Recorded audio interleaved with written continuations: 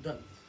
आज मैं आप लोगों को सेंटेंस के बारे में पढ़ाऊंगा कि सेंटेंस किसे कहते हैं। पिछले चैप्टर में मैंने आपको फ्रेज के बारे में पढ़ाया था, फ्रेज किसे कहते हैं और सेंटेंस किसे कहते हैं। लेकिन आज सेंटेंस का फुल डिस्क्रिप्शन किया जाएगा कि सेंटेंस क्या होता है, उसको किस तरह से बनाया जाता है, किस सेंटेंस को क्या कहते हैं। तो सेंटेंस किसे कहते हैं? A sentence is an argument of A group of words that make complete and meaningful sense is called sentence. Sentence उन ग्रुप ऑफ वर्ड्स का, उन शब्दों का समूह है जो नियमित रूप से लिखा गया हो, जिसका कोई ना कोई सार्थक अर्थ है, अर्थ निकले, उसे सेंटेंस कहते हैं। तो काइंड्स ऑफ सेंटेंस, कितने काइंड्स होते हैं? सेंटेंस के कितने काइंड्स होते हैं? 5 होते हैं। कौन कौन सा? असर्टिव, असर्टिव को डिक्लेरेटिव या स्टेटमेंट भी कर सकते हैं। दूसरा है इंट्रोगेटिव सेंटेंस, तीसरा है इंपरेटिव सेंटेंस, चौथा है एक्सक्लेमेटरी सेंटेंस और पांचवा है ऑब्जेक्टिव सेंटेंस। इसको हिंदी में भी लिखा हुआ है, आप हिंदी में भी इसको पढ़ सकते हैं। तो असर्टिव सेंटेंस किसे कहते हैं? जब हमें किसी तथ्य, फैक्ट्स को दावे के साथ या दृढ़तापूर्वक स्वीकार करने की आवश्यकता होती है, या किसी घटना या किसी वस्तु का वर्णन करने की आवश्यकता होती है, तो हम असर्टिव सेंटेंस का प्रयोग करते हैं या उसे असर्टिव सेंटेंस कहते हैं। असर्टिव सेंटेंस जो है ये 2 प्रकार का होता है, एक निगेटिव होता है, एक पॉजिटिव होता है। असर्टिव सेंटेंस में पॉजिटिव और निगेटिव दोनों होता है। तो इसको अब हम इंग्लिश में क्या कैसे कहते हैं? When we give to some facts to describe events और थिंग्स वेदर निगेटिव और positive is called assertive sentence.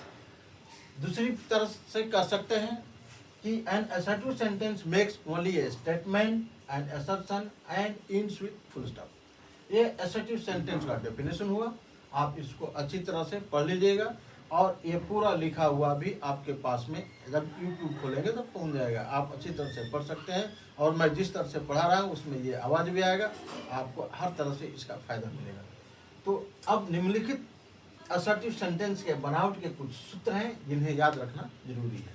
देखिए, इसमें 12 टेंस होते हैं, 12 फॉर्म होते हैं टेंस के। तो 12 फॉर्म के इसमें रूल्स अप्लाई किया गया है। तो जब मैं टेंस पढ़ाऊंगा तो ये रूल्स वहाँ पर आपको काम में आएंगे। ये रूल्स अब अभी आप याद कर लीजिएगा, तो आप असर्टिव सेंटेंस के बनाने के में माहिर हो जाएंगे। किसी तरह आप उसमें हिचकिचाएंगे नहीं, किसी प्रकार का उसमें आपको कठिनाई नहीं होगी। तो ये हुआ असर्टिव सेंटेंस। तो अब हम नेक्स्ट में पढ़ेंगे कि निगेटिव सेंटेंस। निगेटिव सेंटेंस के बनाने के कुछ नियम हैं। पहला नियम क्या है? जैसे निगेटिव सेंटेंस प्राय फर्स्ट ऑक्सिलरी वर्ब के बाद नॉट रखने से बन जाता है। जैसे he is not going to school, is क्या है? ऑक्सिलरी वर्ब है, इज के बाद में नॉट रख दिया था, ऑटोमेटिकली क्या बन गया? ये निगेटिव बन गया। और दूसरा रूल क्या है? दूसरा रूल है कुछ निगेटिव वर्ड्स का प्रयोग करने से सेंटेंस ऑटोमेटिकली अपने आप जो है निगेटिव बन जाता है। जैसे I never come in time, मैं कभी, चाहे they never come in time, तो वे लोग चाहे वे कभी भी समय पर नहीं आते हैं, निगेटिव हो गया। तो ये नेवर वर्ड क्या है? निगेटिव है। आई हार्डली गो देयर, मैं वहाँ बिल्कुल नहीं जाता। हार्डली क्या है? निगेटिव वर्ड्स है। बार्किंग डॉग सेल्डम बाइट, भौंकने वाले कुत्ते काटते हैं। तो सेल्डम क्या है?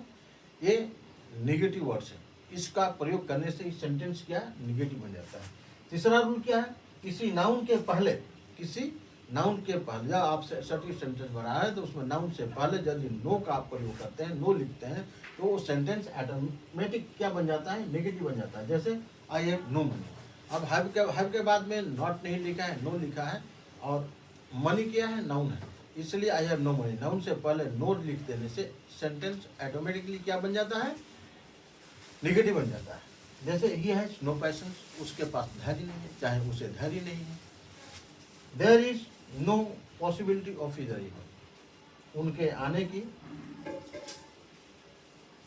यहाँ आने की उनकी कोई संभावना नहीं है। तो ये क्या हो गया? नो लिखने से भी सेंटेंस जो है नेगेटिव बन जाता है। अब नेक्स्ट पढ़ेंगे कि इंट्रोगेटिव सेंटेंस। दूसरा क्या है? पहला असर्टिव सेंटेंस फिनिश हो गया, दूसरा है इंट्रोगेटिव सेंटेंस। इंट्रोगेटिव सेंटेंस को हिंदी में प्रश्नात्मक वाक्य कहते हैं। इसका क्या है, जब हमें किसी से प्रश्न करने की आवश्यकता होती है तो हम इंटरोगेटिव सेंटेंस का प्रयोग करते हैं। When we need to ask someone question we use interrogative sentence. It's end with a marks of interrogation. Interrogative sentence end कैसे होता है, इंटरोगेशन मार्क्स, प्रश्नवाचक चिन्ह से। तो there are two kinds of interrogative sentence. Interrogative sentence भी दो प्रकार के होते हैं। कौन सा? पहला है यस ऑब्लिक नो क्वेश्चन, दूसरा क्या है, डब्ल्यूएच क्वेश्चन। तो दोनों के बारे में पढ़ेंगे। यस और नो क्वेश्चंस क्या है? यस ऑब्लिक नो क्वेश्चंस बनाने के लिए ऑक्सिलरी वर्ब को सब्जेक्ट के पहले रखना पड़ता है। ऑक्सिलरी वर्ब को सब्जेक्ट के पहले रखना पड़ता है। इंग्लिश लैंग्वेज में 24 ऑक्सिलरी वर्ब होते हैं। आप ध्यान में रखिएगा, इसको याद भी करना जरूरी है कि इंग्लिश लैंग्वेज में 24 ऑक्सिलरी वर्ब होते हैं, जो इस प्रकार है। Is, are, am, was, were, has, have, had, do, did, does, shall, will, should, would, can, could, may, might, must, ought to, use to, dare and need. ये क्या है? Auxiliary verb. ये 24 है, ये ऑक्सिलरी वर्ब है। तो ये oblique no question बनाने के लिए ऑक्सिलरी वर्ब को सब्जेक्ट से पहले रहना पड़ता है। तो क्या हो जाएगा, वो इंट्रोगेटिव सेंटेंस हो जाएगा और उसको यस नो क्वेश्चंस कहते हैं। एग्जांपल्स देखिए, auxiliary verb plus subject, main verb, other words. तो डू यू नीड एनीथिंग, इसमें क्या है? Does he smoke, is that your pen, will he pass the examination, can you speak English fluently। इस तरह से बहुत सारे वाक्य होंगे। तो सब्जेक्ट के पहले ही क्या है, सब्जेक्ट हो गया। सब्जेक्ट के पहले ऑक्सिलरी वर्ब रख देने से सेंटेंस क्या हो जाता है, इंट्रोगेटिव हो जाता है। तो अब आगे हम पढ़ेंगे कि डब्ल्यूएच क्वेश्चन। WH question क्या है? There are 9 kinds of WH question. There are 9 basic WH questions. 9 basic WH questions है, जैसे who, whom, whose, what, which। आगे देख लीजिए, where, when, why और 9th है how। तो ये when क्या है? एडवर्ब है। फिर क्या एडवर्ब है, पूरा लिखा हुआ है, एडवर्ब एंड एडजेक्टिव दोनों है। तो ऊपर लिखे 9 क्वेश्चन वर्ड्स के अलावा कुछ और क्वेश्चन वर्ड्स हैं जिसके सहारे हम रचनात्मक इंट्रोगेटिव सेंटेंस बनाते हैं। अब हम पहले आ जाएंगे डब्ल्यू बेसिक क्वेश्चन। हु किसके लिए यूज होता है? अब इसका यूज भी है for person, to find out subject और ऑब्जेक्ट के लिए प्रयोग किया जाता है। जैसे हु इज योर फादर, आपके पिता कौन है। तो इसमें WH से शुरू हुआ। फाइंड आउट पर्सन के लिए हु का पर्सन के लिए यूज करते हैं, एक लिखा है, हु प्रोनाउन है और पर्सन के लिए यूज किया जाता है, इसलिए टू फाइंड द सब्जेक्ट और ऑब्जेक्ट। दूसरा हुम मतलब होता है किसको, ये प्रोनाउन है। फॉर पर्सन, ये भी पर्सन के लिए यूज होता है। हुज किसका, प्रोनाउन एडजेक्टिव दोनों है। For possession, to find out subject और ऑब्जेक्ट के लिए किया जाता है। व्हाट या कौन सा होता है इसका मीनिंग, ये भी प्रोनाउन और एडजेक्टिव दोनों ही है। फॉर थिंग्स, ये वस्तु के लिए प्रयोग किया जाता है, टू फाइंड आउट सब्जेक्ट और ऑब्जेक्ट। तो व्हिच मतलब होता है किसका या कौन सा। प्रोनाउन और एडजेक्टिव दोनों है, इसका प्रयोग पर्सन और थिंग्स के दोनों के लिए किया जाता है।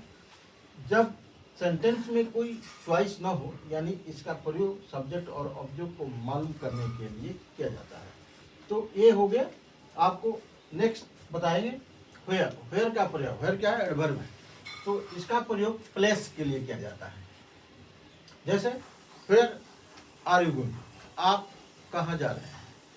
कहाँ जा रहे हैं, मैं किसी प्लेस पर जा रहे हैं, इसीलिए यहाँ वेयर का प्रयोग होता है। तो किसी प्लेस के लिए किया जाता है। व्हेन क्या है, टाइम के लिए किया जाता है। और व्हाई क्या है, रीजन। व्हाई माने क्यों, रीजन जैसे सेंटेंस में रीजन के लिए किया जाता है। नहीं पूछने की जरूरत हो, कुछ रीजन कारण जानने की जरूरत पड़ती है, वहाँ पर व्हाई का प्रयोग किया जाता है। हाउ माने कैसे, यह एडवर्ब और एडजेक्टिव दोनों है। इसका प्रयोग मेथड, हेल्थ और वेट के लिए किया जाता है। नोट ऊपर अब हमने 9 WH क्वेश्चन के पढ़ा है, इसके अलावा भी कुछ और क्वेश्चन वर्ड्स हैं जिनकी सहायता से इंट्रोगेटिव सेंटेंस बनाया जाता है, उसके बारे में भी हम आज जानकारी हासिल करेंगे। आप देखिए, हाउ मेनी इसका प्रयोग नंबर संख्या के लिए किया जाता है। हाउ मच इसका प्रयोग क्वांटिटी मात्रा के लिए किया जाता है। हाउ फार इसके प्रयोग दूरी के लिए किया जाता है। हाउ लॉन्ग इसका समय अवधि या कब तक के लिए प्रयोग किया जाता है। हाउ ऑफन कितनी बार, हाउ ऑफन का मतलब है कितनी बार, फॉर फ्रीक्वेंसी के लिए किया जाता है। हाउ मेनी टाइम्स किस समय, ये इसका भी जो है यूज फ्रीक्वेंसी के लिए किया जाता है। एट व्हाट टाइम किस समय, हर एग्जैक्ट इसका एट व्हाट टाइम का प्रयोग जो है एग्जैक्ट टाइम के लिए किया जाता है। एट व्हाट प्लेस इसका प्रयोग भी जो है प्लेस के लिए, एग्जैक्ट प्लेस के लिए किया जाता है। अब उसी तरह से निम्नलिखित पॉइंट को अब हमको ध्यान में रखना है कि जब हमें सब्जेक्ट को पता लगाने की आवश्यकता होती है तो हमें संबंधित क्वेश्चन वर्ड्स को पहले रखना चाहिए, संबंधित क्वेश्चन वर्ड्स को पहले रखना चाहिए। और इस तरह इसके बनाने का नियम होगा। रूल क्या है, WH क्वेश्चन को बनाने का रूल क्या है, देखिए एग्जाम्पल से समझिए। पहले रूल है क्वेश्चन वर्ड को रखिए, उसके बाद वर्ब को रखिए, उसके बाद अदर वर्ड को रखिए। जैसे हु इज गोइंग, कौन जा रहा है, हु क्या हो गया WH क्वेश्चन में आता है, पहले WH क्वेश्चन रख दिए। इज क्या है, एक्चुअली वर्ब है, इसके बाद में गोइंग क्या है, वर्ब है, मेन वर्ब है। तो इसके बाद इसके हु के बाद में वर्ब आता है, उसके बाद में अदर वर्ड्स आते हैं। तो ये हुज चाहे which horse on the race, किसका घोड़ा रन यानी दौड़ को जीता है। तो इसमें पहले नियम बता दिए, क्वेश्चन वर्ड पहले आएगा, उसके बाद में एक्चुअली वर्ब या ऑब्जेक्ट, फिर इसके बाद में ऑब्जेक्ट आता है। तो जब हमें अब क्या है, जब हमें ऑब्जेक्ट को पता लगाने की जरूरत होती है तो हमें संबंधित यानी कंसर्न क्वेश्चन वर्ड्स को पहले रखना चाहिए और इस प्रकार इसका बनावट स्ट्रक्चर होगा। अब इसका भी बनावट क्या होगा, अब देखिए आगे बनाने का नियम क्या है। Question words plus auxiliary verb plus subject plus main verb plus other words. जैसे who did they it, who did they it, who क्या है WH क्वेश्चन हो गया, डिड क्या है ऑक्सिलरी वर्ब हो गया। जैसे देखिए इसके बाद में दे क्या सब्जेक्ट हो गया, जैसा कि नियम में लिखा है। इसके बाद मेन वर्ब क्या है इट, इसके बाद अदर वर्ड्स। अगर अदर वर्ड्स जैसे दे, हु डिड दे इट, अगर इसके बाद भी वर्ड होता तो फिर उसके बाद में आता। तो उसी तरह से ये सेंटेंस बनाया गया है। जैसे what paper do you read, what आ गया क्वेश्चन वर्ड आ गया, एक्चुअली वर्ब क्या आ गया व्हाट पेपर, व्हाट पेपर क्या आ गया, ये क्वेश्चन वर्ड्स आ गया। डू एक्चुअली वर्ब आ गया, यू सब्जेक्ट आ गया, रीड क्या आ गया मेन वर्ब आ गया। इसके बाद जो अदर वर्ड्स होता तो फिर उसके बाद आता। तो इसी तरह से ये सेंटेंस बनाया गया है। इस नियम को याद रखेंगे तो आपको WH क्वेश्चन बनाने में कोई परेशानी नहीं होगी।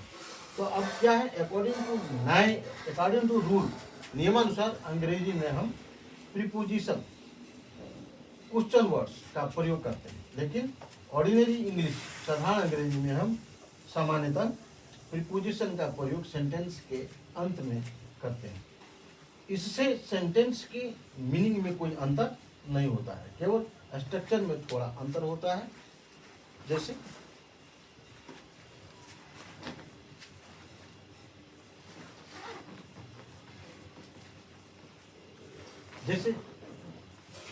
वेयर का प्रयोग प्लेस, पोजीशन, डायरेक्शन का पता लगाने के लिए किया जाता है।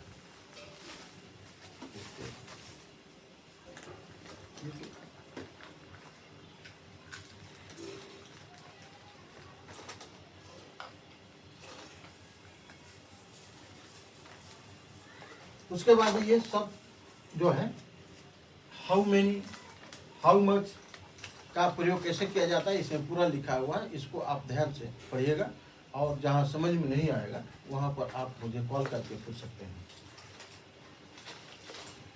हाउ फार उसी के अंदर आता है ये भी। हाउ लॉन्ग, इस तरह से जो है ये डब्ल्यू क्वेश्चन है। हाउ ऑफन, ये सब डब्ल्यू क्वेश्चन है। What kind of, what type of, जैसे use to find out the variety, इसका प्रयोग कब करते हैं, कहाँ करते हैं, वो लिखा हुआ है। व्हाट का प्रयोग करेंगे, व्हाट काइंड, हुम का प्रयोग कैसे कहाँ करते हैं, वेयर का प्रयोग कहाँ करते हैं, सबका इसमें जो WH क्वेश्चन 9 है, उसके अलावा भी जो कुछ WH क्वेश्चन वर्ड्स हैं उसके बारे में कहाँ कहाँ उसका प्रयोग किया जाए बताया गया है। तो अब जो है यहाँ पर ये काइंड्स ऑफ सेंटेंस का वीडियो यहाँ समाप्त होता है। यहाँ पर आज हम 2 पढ़े हैं, assertive sentence and interrogative sentence. अब नेक्स्ट वीडियो में हम आपको इंपरेटिव सेंटेंस, एक्सक्लामेटरी सेंटेंस और ऑपरेटिव सेंटेंस के बारे में डिटेल से बताऊंगा। ओके, धन्यवाद।